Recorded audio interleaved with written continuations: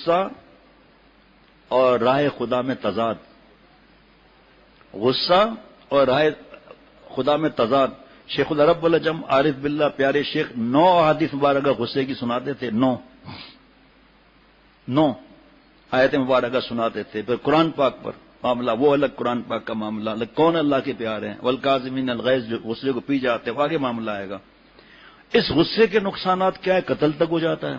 18 صفات میں سے ابھی میں کچھ تو سنا نہیں سکوں گا، لیکن اللہ کے کرم سے یہ صفات پورے ہوتے جاتے ہیں اور یہاں سے نشر کرتے رہتے ہیں، اور جو عشاء کے بعد لے یا صبح سے لے کر شام تک آئے اور لے، کوئی پیسہ نہیں، چاہے کتنے بھی بیان ڈلوائیں۔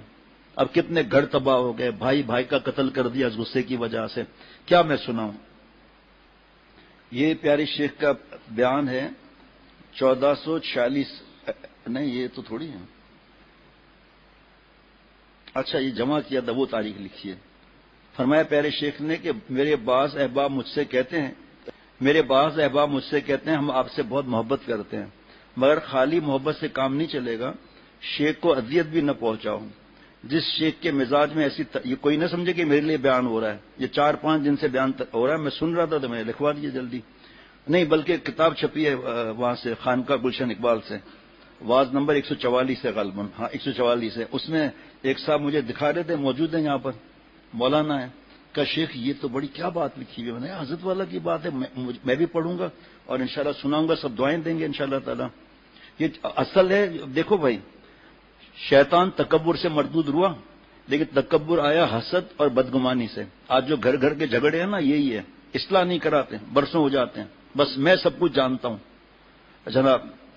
تو فرمایا کہ یہ جو غصہ ہے نا، اکڑ، غصہ، بدتمیزی اور غیبت، بہتان، بدگمانی، حسد، کینہ، بغض، تو تجسس، یہ سب تکبر کی شاخیں ہیں۔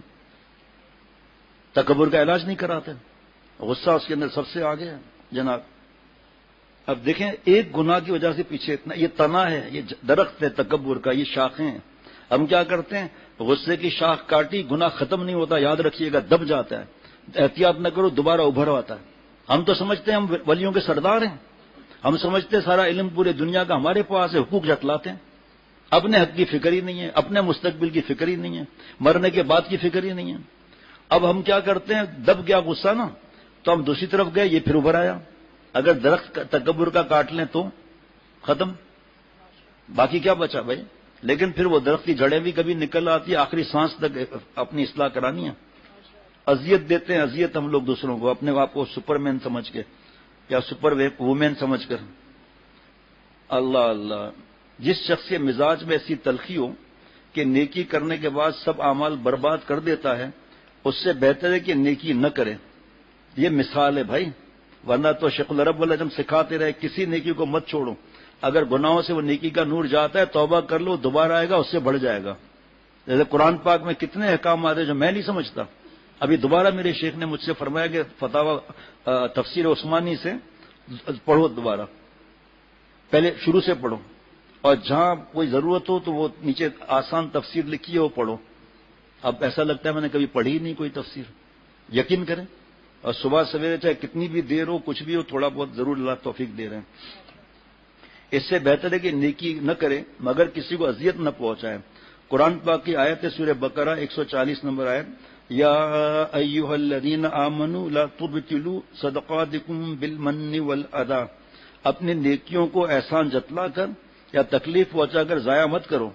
صدقہ کرنے کے بعد احسان جتلانے یا تکلیف پہنچانے سے صدقے کا اجر ضائع ہو جاتا ہے، اس سے بہتر تم صدقہ ہی نہ کرتے، اپنے کو ٹھیک کراؤ، لہذا اپنا مزاج صحیح کرو۔ خبیث الطبع ہے ایسا شخص، ایسے مغلوب الغضب انسان کی کوئی قیمت نہیں جو مغلوب ہو جاتا ہے، بعد میں معافی چاہتے ہیں۔ لہذا اس کو یاد رکھو کہ غصہ اور اللہ کا راستہ دونوں میں تضاد ہے۔ اب دیکھیں 18 صفحات ہیں، باقی 2 صفحات بتانا ضروری ہے، اس لیے اس کو وقت کے حساب سے دیکھتا ہوں انشاءاللہ تعالی۔ یہ کون سی شرافت ہے کہ ذرا سی دیر میں اپنے والدین سے، بیوی بچوں سے، اپنے احباب سے لڑنے اور ان کا محاسبہ اور مواخذہ کرنے لگنا، ان باتوں سے اپنی باتوں کو دماغ سے نکال دو، بڑائی اللہ کو پسند نہیں، وہ اللہ کی چادر ہے، اور اپنے کو مٹا کر احوازاری اور انکساری کے ساتھ رہو۔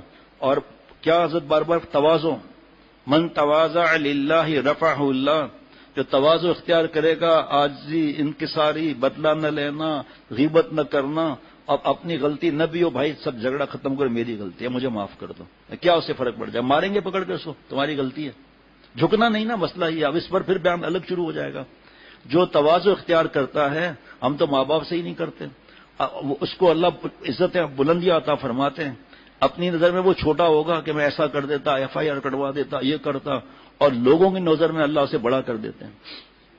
من تکبر وضعہ اللہ، جو اکڑ دکھاتا ہے، بطر الحق غمت الناس، حق بات قبول نہ کرنا، کسی انسان کو حقیر سمجھنا۔ بعض ایسے ہیں جو اپنے بوڑھے ماں باپ کو اولڈ ہاؤس میں داخل کرا دیتے ہیں، اولڈ ہاؤس میں داخل کرا دیتے ہیں، اللہ معاف فرمائے۔ ایسے رات دن کی لڑائی جھگڑے اس کو دیکھتے ہی نہیں ہیں۔ بھائی اگر کوئی بیمار ہے، ہمیں صحت ہے، تو یہ ہمارے پر اس کا حق ہو گیا، ہم حق کو ادا کریں، اسے شفقت کریں، ہم بھی ایسے بیمار ہو سکتے ہیں۔ اب ایسی بہت باتیں بتا سکتا ہوں، لیکن ایک بتاتا ہوں، ایک خاندان